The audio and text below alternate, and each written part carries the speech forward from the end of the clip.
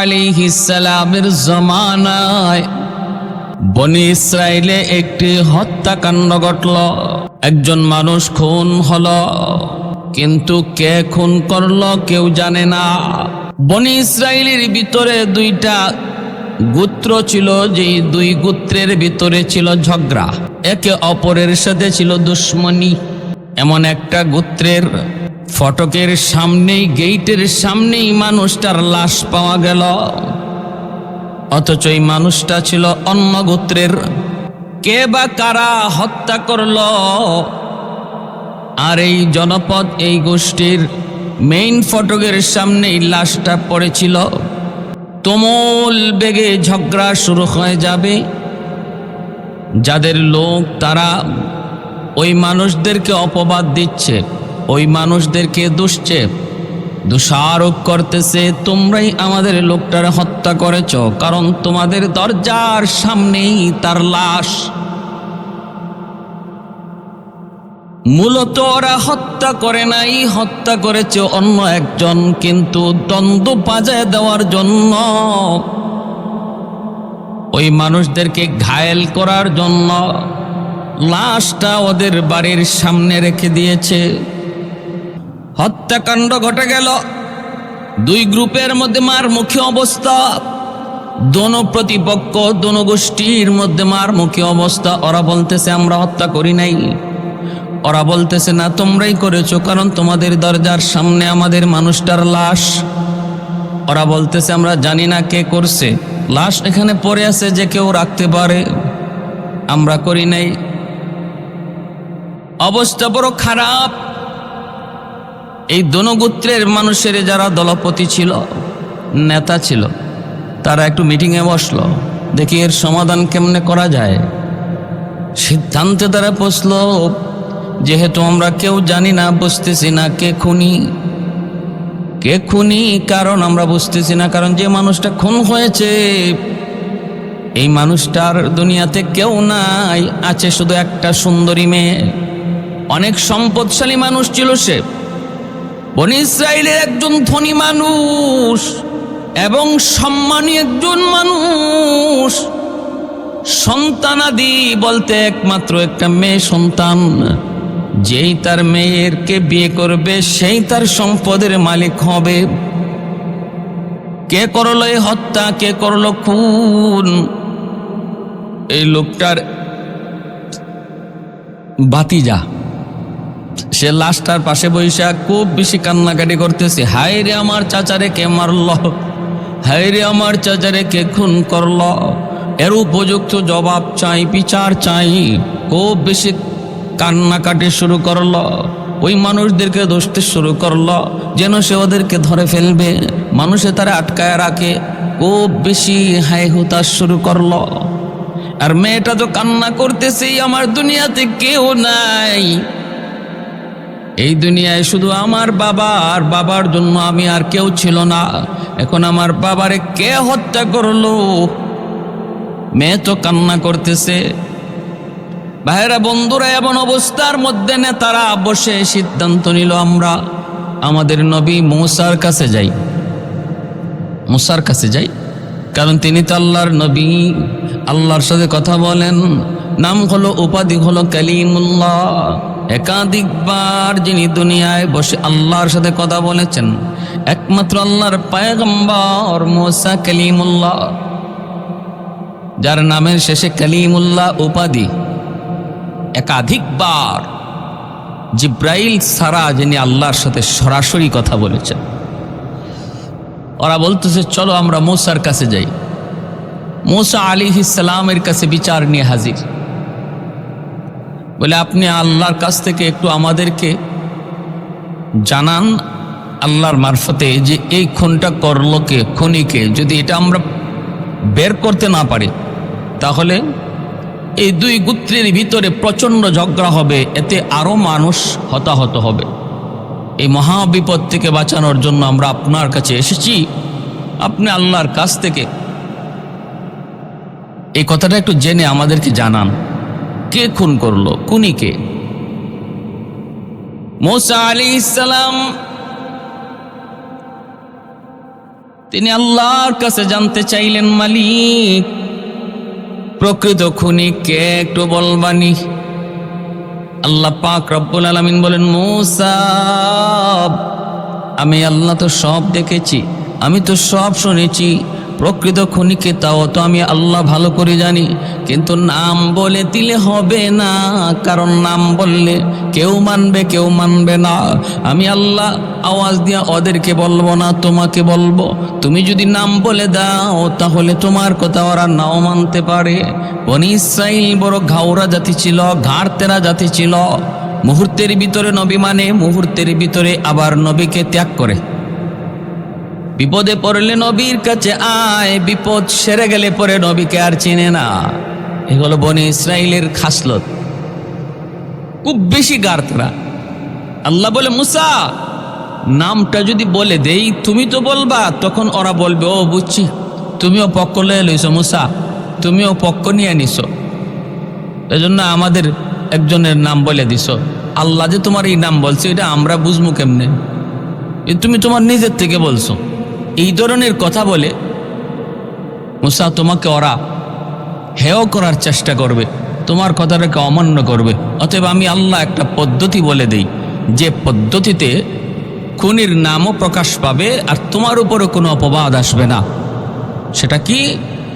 আল্লাহ বলেন, وَإِذْ قَالَ مُوسَى لِقَوْمِهِ إِنَّ اللَّهَ يَأْمُرُكُمْ أَن تَذْبَحُوا بَقَرَةً। পবিত্র কোরআনের সূরা বাকারার এই আয়াত। আল্লাহ বলেন, মুসা তুমি তাদেরকে বলে দাও যে আল্লাহ তোমাদেরকে আদেশ করেছেন একটা গাভী জবাই করো, একটা গাভী জবাই করো। যে গাভীটা জবাই করার পর ওই জবাইকৃত গাভীর গোশত দিয়ে মৃত মানুষটারে আঘাত করলে বা মৃত মানুষটার শরীরে গোশত টাচ করলেই সে জীবিত হয়ে যাবে। আর এই মানুষটা জিন্দা হইয়া সে নিজেই বলে দিবে তারে কে খুন করেছে। সুবহানাল্লাহ। আল্লাহ কত বড় কুদরতওয়ালা যে তোমার নাম বলার প্রয়োজন নাই, যে খুন হয়েছে সেই যদি বলে দেয় তারে কে খুন করেছে, তাহলে আর এখানে কারো কোনো সন্দেহ থাকবে না, তোমার উপরও কোনো অপবাদ আসবে না। আমার ভাইরা বন্ধুরা, যুবক, এই কথা বলা মাত্রই মূসা আলাইহিস সালাম কওমকে তিনি ডাকলেন, ডাইকা তিনি আল্লাহর সিদ্ধান্তের কথা তাদেরকে জানায়া দিলেন। এইবার তারা চিন্তায় পড়ে গেল। বনি ইসরাইল তো ঘাড়তেরা জাতি, কয় মূসা খুনের সাথে গাভী জবাই করার কি সম্পর্ক? তুমি কি আমাদের সাথে ঠাট্টা করো নাকি? আল্লাহর পয়গম্বর মূসা কালিমুল্লাহ তখন বলেন, নবী পয়গম্বরগণ কখনো ঠাট্টা করে না, মজাক করে না। সম্মানিত মানুষ, সম্ভ্রান্ত মানুষ কখনো ঠাট্টা করে না, মজাক করে না। আমি যা বলেছি তা আমার নিজের থেকে বলি নাই, বলেছি আমার আল্লাহর পক্ষ থেকে। মানবা কি মানবা না সেটা তোমাদের বিষয়, আমার কোনো বিষয় নয়।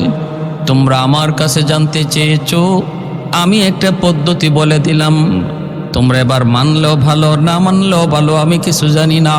তবে এই সুরতি যদি আগাও তাহলে আল্লাহ বলেছেন মৃত মানুষ তার খুনির নাম বলে দিবে, জিন্দা হইয়া আবার সে মরে যাবে।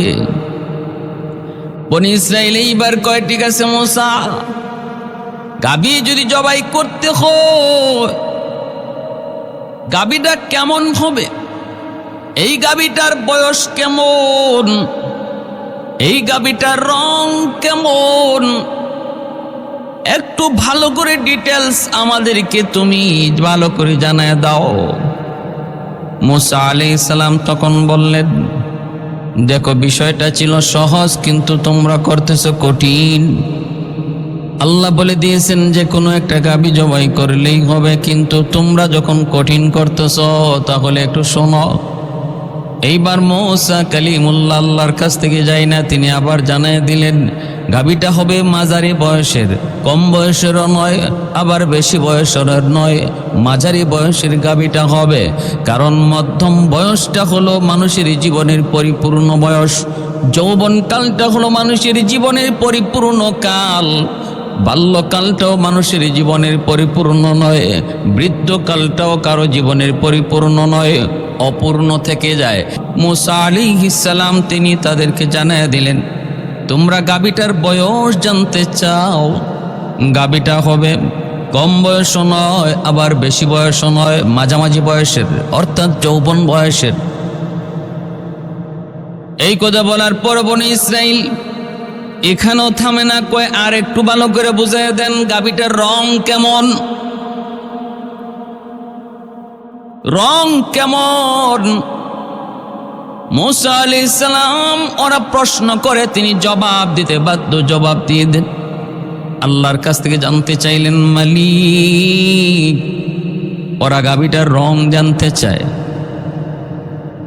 আল্লাহ পাক রব্বুল আলামিন বলে দিলেন, জানায় দাও গাভীটার রং হলো গাঢ় হলুদ রং, এমন একটা রং যে রং তাসুরুন নাজিরিন, যে রং মানুষের তাকাইলে পরে চোখ লেগে থাকে, এত সুন্দর এত আনকমন হলুদ রঙের গাভী সমাজে চোখে পড়েই না, পড়ার কথাও না। হলুদ রঙের গরু দেখা যায় না, কিন্তু তারা যখন জানতে চাইল রংটা কেমন হবে, আল্লাহ জানিয়ে দিলেন, বলে দাও গাভীটার রং হবে হলুদ, শুধু না গাঢ় হলুদ। ওরা জানতে চায়, মূসা জানলাম রঙও জানলাম, আর একটু বুঝিয়ে দেন স্বাস্থ্যটা কেমন হবে, ঘরের গরু হবে না সারা গরু হবে, ওই গরুর দ্বারা হাল চাষ করা হয়েছে নাকি হাল চাষ মুক্ত গরু হবে। প্রশ্ন যত করে ওরা জরে নিজেদের থেকে যত কঠিন করে, আল্লাহর নবীও তত কঠিন করেন। এজন্য আমার নবী রহমতের নবী, তিনি সাহাবীদেরকে বলেছেন, সাহাবীরা আমি যখন শরীয়তের কোনো বিধিবিধান তোমাদেরকে শোনাবো, তোমরা আমাকে বারবার প্রশ্ন করে বিধানটারে কঠিন করার চেষ্টা করো না। তোমরা যদি আমাকে বারবার প্রশ্ন করো, যতবার করবা ততবার জবাব আমি দেব, আর আমলটা বিধানটা তোমাদের জন্য কঠিন হবে, যেমনটা হয়েছিল বনি ইসরাইলের জন্য। আল্লাহর পয়গম্বর মূসা এইবার বলে দিলেন এমন একটা গাভী, যে গাভী দিয়া কোনো দিন উপকার নেওয়া হয় নাই, তার দ্বারা কোনো সাহায্য নেওয়া হয় নাই, যেই গাভী দিয়া কোনোদিন হাল চাষ করা হয় নাই, শরীরের মধ্যে কোনো দাগ নাই, কোনো স্পট নাই, একদম নিখুঁত, একদম নিখুঁত সুঠাম দেহের অধিকারী এমন একটা গাভী। প্রথম নম্বর জানতে চাইছে বয়স কেমন, এইবার বয়স বইলা দেওয়া হয়েছে মাঝারি সাইজের বয়স। দ্বিতীয়বার প্রশ্ন করেছে রং কেমন, বলে দেওয়া হয়েছে গাঢ় হলুদ। 3 নম্বর বার প্রশ্ন করেছে, এরপর আর একটু বুঝাইয়া দেন, তিনি বলেন বুঝাইলাম। কোনদিন তারে দিয়ে কোনো হাল চাষ করা হয় নাই। দেখবেন হাল চাষের গরুর ঘাড়ের মধ্যে দাগ পড়ে যায়, ঠিক না? ঘাড়ের মধ্যে লাঙ্গল রাখতে রাখতে দাগ পড়ে যায়। তিনি বলেন না না, এমন কোনো স্পট তার গায়ে নাই, অতএব ঘরের কোনো গরু নয়, গৃহস্থের কোনো গরু নয়, যেই গরুটা স্বাধীনভাবে চলে, স্বাধীনভাবে খায়। তালাশে বের হয়ে গেল বনি ইসরাইল এমন গাভী তালাশে, যেই ঘটনাটা আল্লাহ পবিত্র কোরআনুল করিমের সূরা বাকারার মধ্যে এই হলুদ গাভীর ঘটনা আল্লাহ নিজে বলেছেন। আর হাজিরিন, এবং এর নামে পবিত্র কোরআনের সূরা বাকারার নামটাও নামকরণ করেছেন এই গাভীর নামে। বাকারাতুন শব্দের অর্থই হলো গাভী। সূরা বাকারাতুন শব্দের অর্থ গাভী, মানে এই সূরার মধ্যে গাভী সংক্রান্ত এই ঘটনাটা আছে বিদায় আল্লাহ পাক এই সূরার নামটাও করেছেন গাভীর নামে।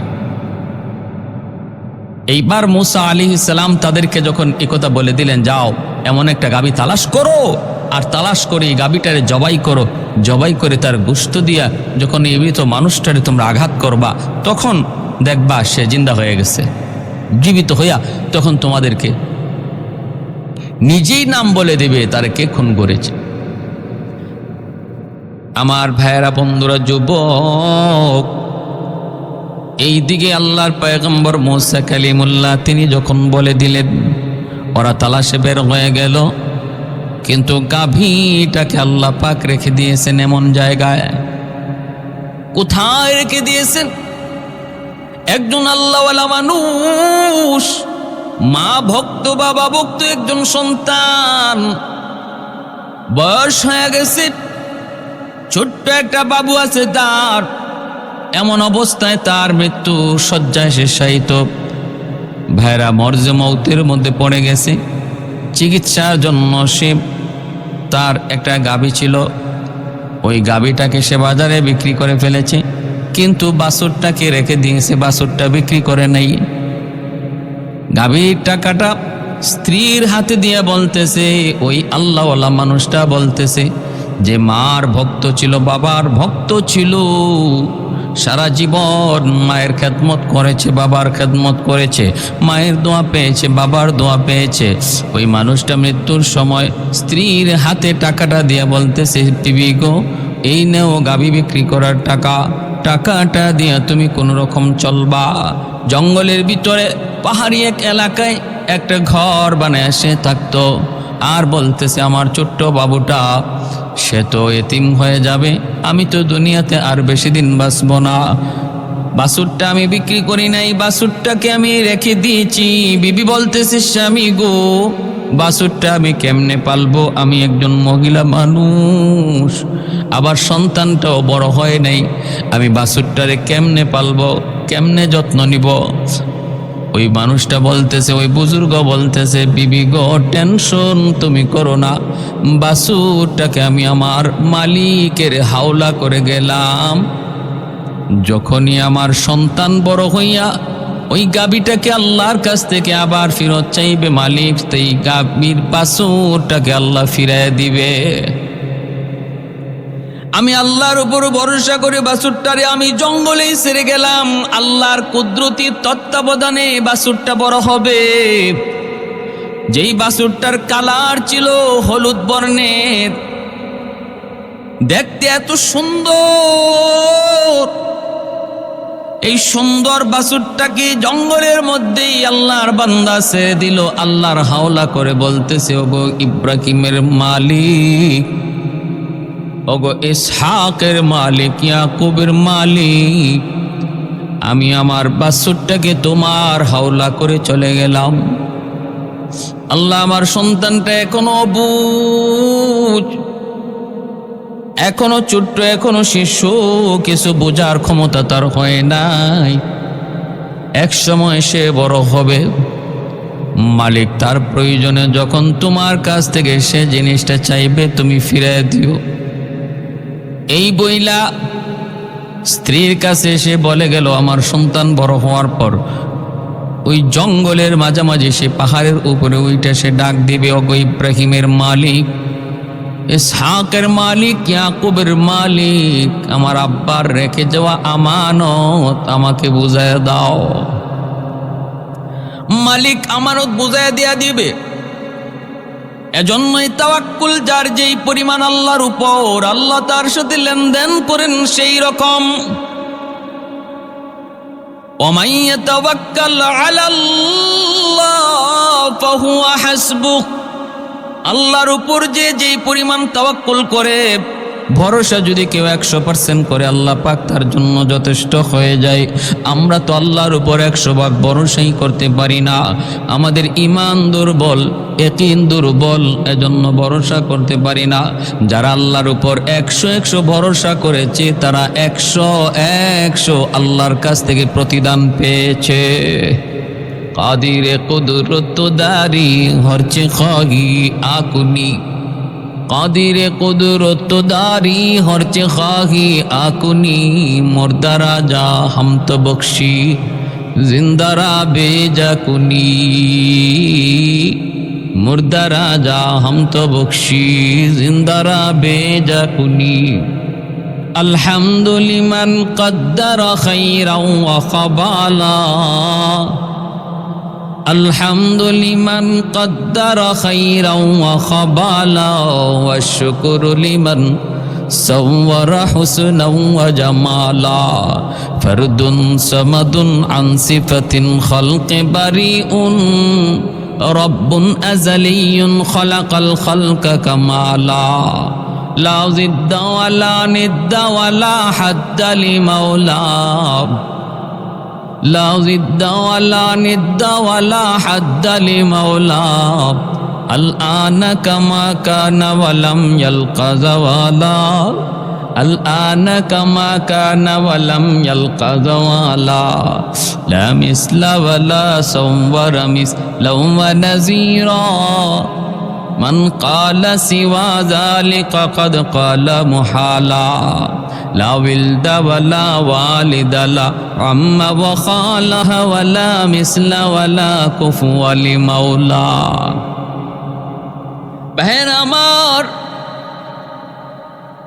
এইদিকে ছোট্ট বাবু আস্তে আস্তে বড় হয় বাবা মারা গেল মার খেদমত করে মার বাধ্য সন্তান মার কথা মতো চলে মার সেবা করে যুবক বয়সে উপনীত হলো জঙ্গল থেকে কাঠ বাজারে বিক্রি করে যা ইনকাম হয় 3 ভাগ করে 1 ভাগ দিয়ে মার খেদমত করে আর 1 ভাগ মানুষের মাঝে দান করে আর 1 ভাগ নিজের জন্য রাখে এইভাবে তার জীবিকাটাকে তার উপার্জনটাকে 3 ভাগ করে নিল যুবক সেও বাবার মতো আল্লাহওয়ালা হয় মা ভালো বাবা ভালো সন্তানও ভালো হয় মা যদি নেককার হয় বাবা যদি দিনদার হয় সন্তানও দিনদার নেককার হয় এজন্য ভাইরা সন্তান যদি আল্লাহওয়ালা চাও আগে নিজেকে আল্লাহওয়ালা বানাও মা বাবা যদি দিনদার হয় সন্তান দিনদার হয় বাবা নামাজি হলে সন্তান নামাজি হয় মা যদি পর্দানিসীন হয় মেয়েটাও পর্দানিসীন হয় মা যদি বেপরদায় চলে সন্তান বেপরদা শিখে ভাইরে আমি হবে একরকম ফল হবে আরেক রকম হয় না গাছটা যদি হয় নারিকেল গাছ এর থেকে নারিকেলই বের হবে আম বের হবে না আম গাছ থেকে কেউ যদি জাম আশা করে কোনোদিন হয় না আম গাছ থেকে আম হয় জাম গাছ থেকে জাম হয় কাঁঠাল থেকে কাঁঠাল হয় বাপ মা যদি ভালো হয় সন্তান ভালো হতে বাধ্য এজন্য আমি যদি চাই আমার সন্তান আল্লাহওয়ালা হোক সন্তান দিনদার হোক সন্তান আদর্শ মানুষ হোক সন্তান মানুষের কাছে সুনাম কামাক আমাকেও এইভাবে নিজেকে বানাইতে হবে হারাম খাওয়ানো যাবে না হারাম টাকা দিয়ে সন্তান লালন পালন করা যাবে না ঘুষের টাকা দিয়ে সন্তানকে লালন পালন করা যাবে না সুদের টাকা দিয়ে সন্তানকে লালন পালন করা যাবে না যেই লোকটা সুদ খায় ঘুষ খায় যেই লোকটা মানুষের টাকা মাইরা খায় সে যদি লক্ষ টাকাও খরচ করে সন্তানের পেছনে কোনোদিন সন্তান আদর্শ সন্তান হবে না কারণ হারামের বদ আসর খারাপ আসর সন্তানের রক্তে যায় মিশে যায় এজন্য মনে রাখবা হারাম খাইয়া সন্তানকে আলেম বানাইতে চাইবা হবে না হারাম কামাই কইরা সন্তানকে হাফেজ বানাইতে চাইবা হবে না এজন্য আগে বলতেছি বাপ মা শুদ্ধ হয়ে যাও গুনার কাজে থাকলে গুনাহ তওবা করে ছেড়ে দাও তারপরে সন্তানের জন্য আল্লাহর কাছে হাত উঠে দোয়া করো আল্লাহ সন্তানকে তোমার মতো আদর্শ মানুষ বানাবে দিনদার আল্লাহওয়ালা বানাবে এই সন্তানের দ্বারা সমাজ উপকৃত হবে এই সন্তানের দ্বারা মানুষ কোনোদিন ক্ষতির মধ্যে পড়বে না ভাইরা আমার জন্য বলতেছিলাম বাবা ভালো ছিল মা ভালো ওই যুবক সেও একজন আল্লাহওয়ালা হয়ে গেল মা ছাড়া কিছু বুঝে না মার দোয়া সর্বদা তার সাথে এজন্য সামান্য কিছু কাঠ সংগ্রহ করে বাজারে বিক্রি করে অভাব নাই আরামে আছি, জীবিকার অভাব নাই, কারণ যেই সন্তানের পিছনে মায়ের দোয়া বাবার দোয়া থাকে দুনিয়ার পেরেশানি আল্লাহ তার দূর করে দেয়। 1 নাম্বার ফায়দা হলো দুনিয়ার পেরেশানি থাকে না। 2 নাম্বার হলো জীবিকার মধ্যে আল্লাহ তারে বরকত দেয়। 3 নাম্বার হলো আল্লাহ হায়াতের ভিতরে বরকত দেয়। 4 নাম্বার হলো তার সন্তানকে আল্লাহ মানুষের মতো মানুষ বানায় দেয়। আর যেই সন্তানের পিছনে বাপ মার দোয়া নাই, বরং বদদোয়া, বাপ মার কলিজায় কষ্ট, কলিজায় ব্যথা, শত শত কোটি টাকা খরচ কইরা দুনিয়াতে চলে, এরপর পেরেশানি যাবে না, পেরেশানি যাবে না। তারপরে হায়াতে বরকত পাবে না, রিজিকের মধ্যে বরকত পাবে না। সন্তানের পিছনে লক্ষ কোটি টাকা খরচ করবে, এরপর আদর্শ সন্তান হবে না, কারণ মার কলিজায় ব্যথা, বাবার কলিজায় ব্যথা। ভাইরা আমার, মনে রাখবা, সালাসাতুন দাওয়াতুম মুস্তাজাবাতুন লা শাক্কা ফীহ, দাওয়াতুল মাজলুম, দাওয়াতুল মুসাফির ওয়া দাওয়াতুল ওয়ালিদ আলা ওয়ালাদিহি। ভাইরা আমার, 3 ব্যক্তির দোয়া বদদোয়া সরাসরি আল্লাহর দরবারে কবুল। এর ভিতরে 1 ব্যক্তি হলো বাপ মা, বাপ মা, বাপ মা। এজন্য বলি রে যুবক, সাবধান, মার মনে মনে কলিজায় ব্যথা দিও না, বাবার কলিজায় ব্যথা দিও না। যদি ব্যথা দিয়ে থাকো দ্রুত মাপছি না, নতুবা দুনিয়ার অন্ধকার দেখবা, দুনিয়া অন্ধকার দেখবা, আখিরাত তো বরবাদ আছেই, দুনিয়া তো সফলতা পাইবা না। ভাইরে, বাস্তব ঘটনার কোনো শেষ নাই।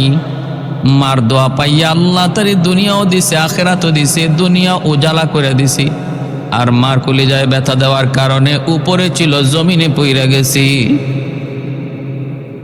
1টা 2টা কত বলবো।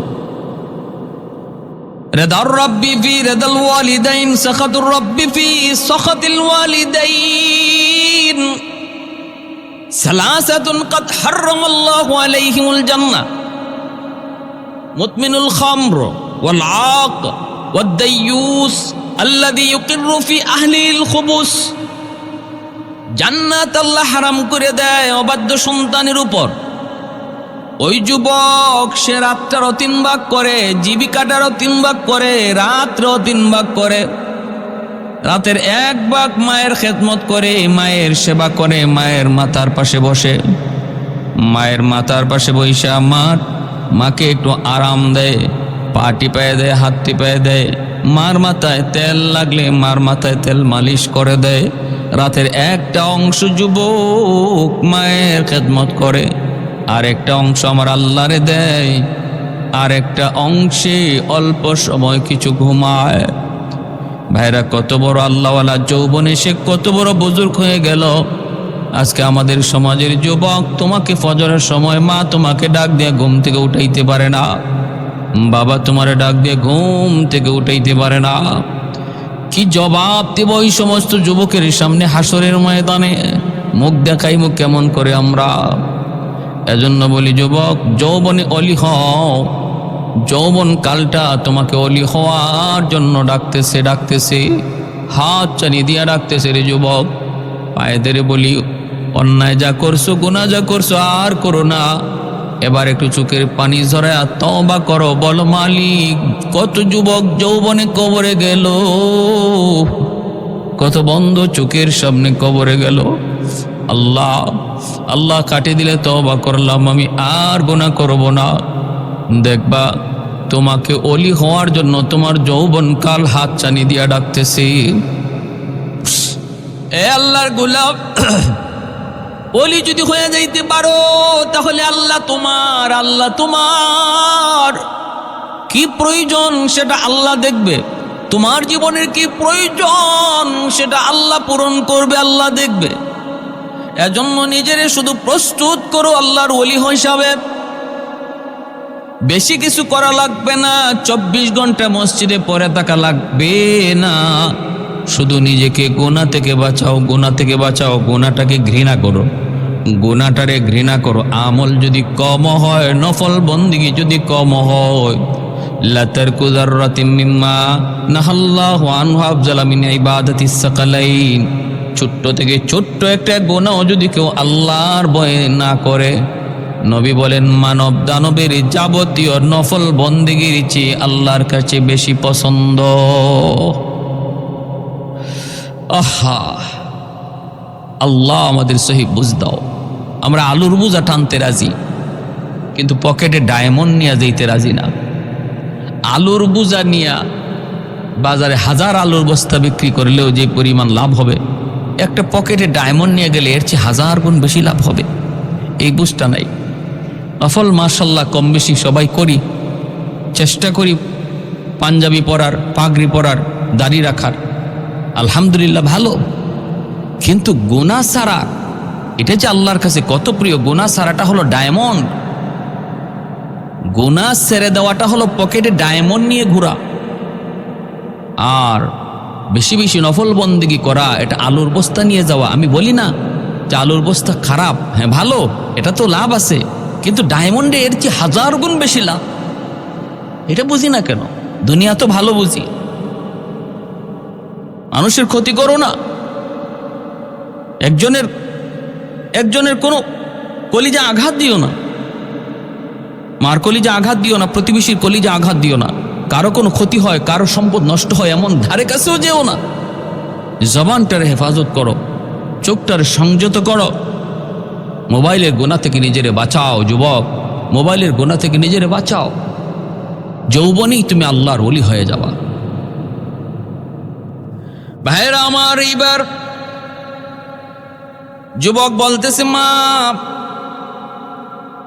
একদিন মা বলতেছে বাবা, তোমার বাবার রেখে যাওয়া একটা আমানত, ওই আমানতটা তুমি এখন যায় নিয়ে আসো, তোমার বয়স হয়েছে, আমানতটা তুমি যায় নিয়ে আসো। যুবক বলতেছে মা গো, কোথায় যাওয়া লাগবে? কয় জঙ্গলে অমুক পাহাড়ের উপরে যায় বলো।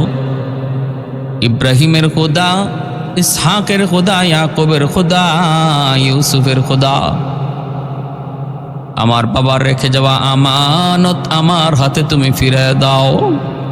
এই পাহাড়ের উপর থেকে যুবক যখন ডাক দিল, সাথে সাথে লেজ নাড়তে নাড়তে সুন্দর সুঠাম দেখে নিখুঁত একটা গাঢ় হলুদ কালারের গাবি ওই যুবকের সামনে সা সা করে সামনে হাজির হয়ে গেল। আল্লাহু আকবার। লেজ নাড়তেছে আর বুঝাইতেছে মালিক তুমি আমার পিঠে উঠো। ওই যুবক বলতেছে তুমি আমাকে যতই বলো আমি তোমার পিঠে উঠবো না, কারণ আমার মালিক তোমাকে নিয়ে যেতে বলছেন, আমার মা আমাকে তোমাকে নিয়ে যেতে বলছেন, পিঠে উঠতে বলেন নাই। আমি মার অবাধ্য না, মা যা বলে আমি তাই করি, মা যা বলেন না আমি তা করি না। এই বইলা সে গাবিটারে সুন্দর করে ধরে মার কাছে নিয়ে আসছি, মাও আদর করছি। গাবিটা এমন এক গাবি তাসুরুন নাজিরিন, চোখ লেগে তাকে তাকাইলে পরে এত সুন্দর এত সুন্দর। মা বলতেছে বাবা গাবিটা যায় বাজারে বিক্রি করে দাও, যাও বাজারে বিক্রি করো। মা কত দাম চাবো? কয় 10 দিরহাম। 10টা স্বর্ণ মুদ্রা যায় দাম চাইবা, 10টা স্বর্ণ মুদ্রা। এরপরও যদি কেউ নিতে চায় তুমি বলবা আমার মার অনুমতি লাগবে, আমার মাকে একটু জানায় বিক্রি করতে হবে। যাও তুমি নিয়ে যাও। বাজারে নিয়ে আসলো যুবক। একজন মানুষ সুন্দর সুঠামদের একজন মানুষ, চেহারা দিয়ে নূর চমকাইতেছে, হাজির কাস্টমার হিসেবে এসেই বলতেছে যুবক গাবিটা এত সুন্দর, বিক্রি করবা বুঝি? বলে হ। দাম কত? কয় 10টা স্বর্ণ মুদ্রা। ওই লোকটা বলতেছে রে যুবক 10টা না 20টা স্বর্ণ মুদ্রা দেব, গাবিটা আমার কাছে দিয়ে দাও। কয় দিতে পারি, শর্ত আছে। কি শর্ত? কয় শর্ত হলো আমার মার অনুমতি লাগবে, আমার মাকে জিগায়া বিক্রি করা লাগবে। যদিও আমার মার কাছ থেকে অনুমতি নিয়ে এসেছি, কিন্তু বিক্রি করার সময় মা বলেছেন মার কাছে যাওয়া লাগবে, মাকে জিগাইতে হবে। এই লোকটা বলতেছে রে যুবক 20 স্বর্ণ মুদ্রা না, আমি তোমার 40টা স্বর্ণ মুদ্রা দিব, তবু মার কাছে যাওয়া লাগবে না, আমাকে দিয়া দাও। যুবক বলতেছে 40 50 বুঝি না, হাজারো স্বর্ণ মুদ্রা যদি আপনি দেন তবু আপনার কাছে বিক্রি করা সম্ভব না। মা যেভাবে বলছে ওইভাবেই আমি আপনার কাছে বিক্রি করতে পারবো, এর বাহিরে পারবো না। কত ঠিক আছে, তাহলে আর তোমার গাবি বিক্রি হলো না, আমিও তোমার মার কাছে যেতে পারবো না বইলা আগন্তুক ওই মানুষ তিনি চলে গেলেন। যুবক গাবি নিয়ে বাড়িতে হাজির, মাকে ডিটেলস বলল। মায় বলল ঠিক আছে বাবা, এইবার যাও, আগামীকালকে যাবা, যায় গাবিটার দাম চাইবা 40টা স্বর্ণ মুদ্রা।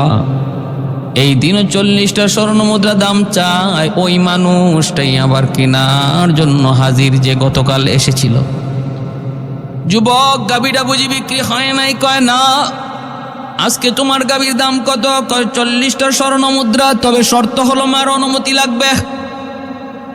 আগন্তুক মানুষ করি যুবক, 80টা স্বর্ণ মুদ্রা দিব, তবু মার অনুমতি ছাড়া আমাকে বিক্রি করে দাও। কয় অসম্ভব। আপনি আমারে কি বলেন? আমি তো আমার মার বাধ্য সন্তান, আমার মার আদেশের বিন্দু পরিমাণ চুল পরিমাণ আমি এদিক সেদিক নড়ব না। এ যুবক একটু কান খাড়া করে শুনো, মার কথা মানলে, বাবার কথা মতো চললে কি লাভ হয় একটু দেখো, দুনিয়াতে কি লাভ হয় একটু শোনো, মনোযোগ দিয়ে শোনো। কোন সন্তানকে বাপ মা এমন কোন আদেশ দেয় না যে আদেশ মানলে পরে সন্তানের ক্ষতি হবে, খারাপ হবে। বরং বাপ মা সর্বদা সন্তানরে যা আদেশ দেয় তা তার মঙ্গলের জন্য দেয়। সন্তান সহজে তা বুঝে না, বুঝে এক সময় যখন বড় হয়। এই বয়সে যুবকরা বুঝে না, মনে করে মা আমাকে শাসন করে, বাবা আমাকে শাসন করে। বুঝে আসবে রে যুবক, যেদিন একদিন তুমি নিজে বাবা হবা, ওই দিন বুঝে আসবে মার কলিজায় কি পরিমাণ দরদ, বাবার কলিজায় কি পরিমাণ দরদ। ওই দিন বুঝে আসবে যেদিন তুমি নিজে বাবা হইবা, এর আগে তোমার বুঝে আসতেছে না। ভাইরা বন্ধুরা, এই দিনও বিক্রি হলো না, যুবক নিয়ে হাজির। এইবার মা বুঝে ফেলছে মানুষটাকে মানুষ তো হয়তো মানুষ না, হয়তো তিনি আল্লাহর কোন নূরের ফেরেশতা। মা বলতেছে বাজান, আজকে যাবার ওনাকে যে আমার সালাম দিবা আর বলবা আজকে আমি গাবের দাম বলবো না। আমার মা বলেছেন গাবের দামটা আপনি বইলা দিতেন কত আমি চাইমু, আমার গাবিটার দাম কত হতে পারে এটা আপনি বলে দিতেন, আমার আম্মা বলছেন। তৃতীয় দিন যখন ওই মানুষটাই হাজির, যুবক আজও বুঝি তুমি বিক্রি করো নাই? বলে না। আজকে দাম কত? যুবক বলতেছে আমি আজকে দাম বলবো না, আমার মা বলেছেন আপনি দামটা বলে দিতেন কত আমার এই গাবিটার দাম। আর আমার আম্মা আপনাকে সালাম জানাইছেন। এই কথা বলতেই তিনি মুস্কি হাসি দিয়া বলতেছেন, রে যুবক, ও যুবক, আমি আর আমার পরিচয় গোপন করলাম না, এখন প্রকাশ করে দিলাম।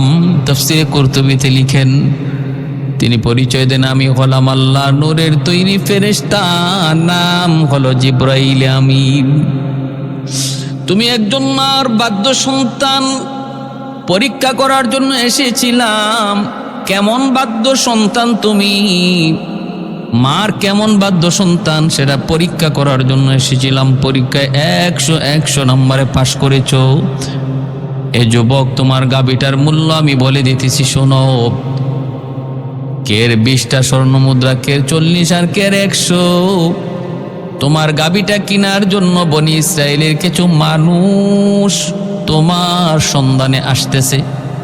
এমনই একটা গাবি ওদের প্রয়োজন যে গাবিটা দুনিয়াতে শুধু ওয়ান পিস, একমাত্র শুধু তোমার কাছে আছে, আর কারো কাছে নাই। ওরা তোমার কাছে এই সন্ধানে আসবে আর তুমি তাদের কাছে দাম চাইবা। গাবিটা এক পাল্লায় স্বর্ণ আর এক পাল্লায় গাবিটার ওজনে স্বর্ণ। গাবিটা যদ্দুর ওজন এদ্দুর ওজনে স্বর্ণ। এক পাল্লায় দিলে পরে গাবিটা বিক্রি হবে, নতুবা বিক্রি করবা না। আমি জিব্রাইল বলে গেলাম, ওই পরিমাণ স্বর্ণ মুদ্রা দিয়েই তারা তোমার গাবিটা কিনে নিয়ে যাবে। মুসা আলাইহিস সালামের কাছে জিব্রাইল যা হাজির। ওগো নবী, আপনি ওদেরকে বলে দিন তামাম দুনিয়া খুঁজে ওরা ওই গাবি পাবে না, কারণ ওরা তো বহু খোঁজাখুঁজি করতেছে, গাবি মিলবে না। এমন একটা গাবি অমুক জায়গায় অমুক জঙ্গলে অমুক একটা যুবকের, ওখানে গেলেই শুধু ওরা এই গাবির সন্ধান পাবে। সুবহানাল্লাহ। মার খেদমত করলে, মার কথা মতো চললে, মার আদেশ মতো চললে, বাবার কথা মতো চললে, বাবার কথা মতো মানলে। যুবক, পড়ালেখা করতেছ, সন্ধ্যার সময় বের হও না, অমুক ছেলের সাথে সঙ্গ দিও না। আজ তুমি বুঝতেছো না কেন মায়ে আদেশ করেছিল, কিন্তু একদিন বুঝবা। যদি তুমি মার অবাধ্য হইয়া ওই ছেলের সাথেই চলো, ভবিষ্যৎ অন্ধকার হবে। যেদিন তুমি চোখে কোনো রাস্তা দেখবা না, পথ দেখবা না, মাও দুনিয়া থাকবে না, বাবাও দুনিয়া থাকবে না, ওই দিন বুঝে আসবে মা কেন এই আদেশটা করেছিল। আমার জীবন বরবাদ হয়ে গেছে সন্ধ্যার পর ঘরে না আসার কারণে, রাতের বেলা বাহিরে থাকার কারণে, অমুকের সাথে সঙ্গ দেওয়ার কারণে।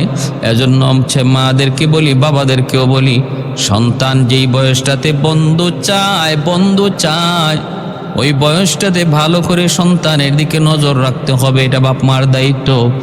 আমার সন্তান কার সাথে চলে, কার সাথে সঙ্গ দেয়, কারণ সঙ্গ গুণে লোহা জলে ভাসে। এটা বাপ মার বহুত বড় জিম্মাদারি যে আমার সন্তান এখন যে বয়সে উপনীত, এই বয়সে সে বন্ধু চাবে। বন্ধু, এই বন্ধুটা তার কেমন হবে? বন্ধু যদি ভালো হয়, নামাজি হয়, দিনদার হয়, তাহলে সন্তানও ভালো থাকবে। আর সে যদি মদখুর, গাঞ্জাখুর, ইয়াবাখুর হয়, তাহলে আমার সন্তান যত ভালোই থাকুক, সেও নেশাখুর হবে। পরের দিনই বনি ইসরাইলের 6 জন মানুষ হাজির। গাবি দেখেই তারা পছন্দ হয়ে গেছে। একদম নবী যেভাবে বলছেন সেম অবিকল এইভাবেই গাবিটাকে পাওয়া গেল। গাঢ় হলুদ কালারের, মাঝারি বয়সের, শরীরে কোনো দাগ নাই, কোনো স্পট নাই, একদম নিখুঁত। তারে দিয়ে কোনো হাল চাষ করে নাই। বলে বিক্রি করবা, বলে বিক্রি করবো। কিভাবে? এত একদম গাবি পরিমাণ স্বর্ণ দিয়া বনি ইসরাইলের মানুষ এই গাবিটাকে কিনে নিয়ে গেল, শুধু একমাত্র কি উদ্দেশ্যে? খুনি বের করার জন্য। আর এদিকে মার ভক্ত হওয়ার কারণে, মার বাধ্য সন্তান হওয়ার কারণে আল্লাহ এদিক দিয়ে যুবককে আল্লাহ ধনী বানিয়ে দিল, অভাব আল্লাহ দূর করে দিল, সচ্ছলতা ফিরে আসলো, মুখে হাসি ফুটলো। আল্লাহ একজন মা ভক্ত সন্তানের মুখে হাসি ফুটাইয়া দিলেন মাঝখানে। আর এইদিকে বনি ইসরাইলের লোকরা এই গাবিটা তারা নিয়ে জবাই করলো। জবাই করে গোশত দিয়া মরা মানুষটার শরীরে আঘাত করলো, সাথে সাথে মৃত মানুষ জীবিত হয়ে গেল। এই ক্ষমতা আল্লাহর আসেনি না নাই? আল্লাহু আলা কুল্লি শাইইন কাদির। সব কিছুর মালিক, সকল ক্ষমতার মালিক হলেন আল্লাহ। মৃতকে জিন্দা করেন আল্লাহ। আল্লাহ পাক রব্বুল আলামিন, তিনি চাইলে সব পারেন। মুহূর্তের ভিতরেই মৃত মানুষটা জিন্দা হয়ে গেল। জিন্দা হয়ে সে বলতেছে, আমারে কেউ হত্যা করে নাই, বাহিরের কেউ হত্যা করে নাই, আমাকে মারছে আমার বাতিজা অমুক। High high high! এতক্ষণ পর্যন্ত যে অভিনয় করছিল, হায় আমার চাচারে কে মারলো, কে মারলো, বিচার চাই, বিচার, বদলা চাই, বদলা চাই। ওর দিকে হাত আঙ্গুল করে চাচায় জানায় দিল, হলো আমার খুনি। কি ছিল ঘটনা? ঘটনা হলো সে তার চাচাতো বোনকে বিয়ে করার জন্য প্রস্তাব দেয়, কিন্তু চাচা বিয়ে দিতে রাজি হয় না। কারণ হলো তার চরিত্র খারাপ ছিল, নেশাখোর, গাঞ্জাখোর, মদ করছিল। এজন্য চাচা তার কাছে মেয়েটারে বিক্রি করে নাই। চাচা বলছিল না, ঘটককে সাফ সাফ জানাই দিল, আমি আমার মেয়েটারে বিয়ে দেব না, কারণ ওর চরিত্র ভালো না। এই কথার কারণে এই বাতিজা খেপে গেল। রাতের অন্ধকারে একদিন চাচাকে ঘর থেকে ডাক দিয়ে বের করে নিয়ে খুন করলো। খুন কইরা ওই যে প্রতিপক্ষ যে গোষ্ঠী, ওদের দরজার পাশেই সে রেখে দিল লাশটা, যেন দোষটা ওদের গাড়ে যায়, কেউ যেন বুঝতে না পারে, টের না পায়। ভাইরা, বন্ধুরা, এত বড় জঘন্যতম অপরাধ করেছিল। আল্লাহ পাক রব্বুল আলামিন সত্য প্রকাশ করে দিলেন। সত্য প্রকাশ করে দিলেন। সমাজে এমন খুন খারাপি অহরহ ঘটতেছে। আল্লাহ কোরআনে বলেন, মান কাতালা মুমিনাম ওমান কাতালা মুমিনাম মুতাআম্মিদান ফাজাযাউহু জাহান্নাম খালিদান ফিহা ওয়া গাদিবাল্লাহু আলাইহি ওয়া লা'নাহু ওয়া আ'আদ্দা লাহু আযাবান আযীমা। আল্লাহ পাক রব্বুল আলামিন বলেন, কেউ যদি কোনো মুমিনকে হত্যা করে তার শাস্তি হলো ডাইরেক্ট জাহান্নাম, ডাইরেক্ট জাহান্নাম। কতদিন গো মালিক? আল্লাহ নিজে কয় খালিদান ফিহা। একজন মুমিনকে কেউ যদি হত্যা করে, মুসলমানকে কেউ যদি হত্যা করে, আল্লাহ শাস্তি ধার্য করে দিয়েছেন, তার শাস্তি হলো ডাইরেক্ট জাহান্নাম, ডাইরেক্ট জাহান্নাম। কতদিন? খালিদান ফিহা, চিরকাল, চিরকাল, চিরকাল। এটা আল্লাহর ফয়সালা, চিরকাল। খুনি জাহান্নামী হবে চিরকাল। ওয়া গাদিবাল্লাহু আলাইহি, আল্লাহ তার উপরে গুসা হন, অতিরিক্ত গুসা হন। ওয়া লা'নাহু, আল্লাহ তার উপরে লানত দেন। ওয়া আ'আদ্দা লাহু আযাবান আযীমা, আল্লাহ পাক রব্বুল আলামিন অত্যন্ত কঠিন থেকে কঠিন জাহান্নামের আগুনে ওরে জ্বালাবেন। ভাইরা, অন্যত্র আল্লাহ বলেন, এমনি ভাবে আল্লাহ পাক রব্বুল আলামিন বলেন, কেউ যদি কাউকে খুন করে, ভাইরা বন্ধুরা, মান কাতালা নাফসান বিগাইরি নাফসিন আও ফাসাদিন ফিল আরদ ফাকান্নামা কাতালান নাসা জামিআ। কেউ যদি অন্যায়ভাবে কাউকে হত্যা করে, সে যেন তামাম দুনিয়ার মানুষকে হত্যা করলো। কেউ যদি কারো একটা জান বাঁচায়, সে যেন দুনিয়ার জান বাঁচাইল। মুসলমান শুধু না, মুসলমান শুধু না, অমুসলিমকেও অন্যায়ভাবে হত্যা করলে আল্লাহর কাছে মুক্তি নেই। কোনো একজন অমুসলিমকেও অন্যায়ভাবে হত্যা করা, ইসলাম সেটাকে বৈধতা দেয় না। নবী বলেন,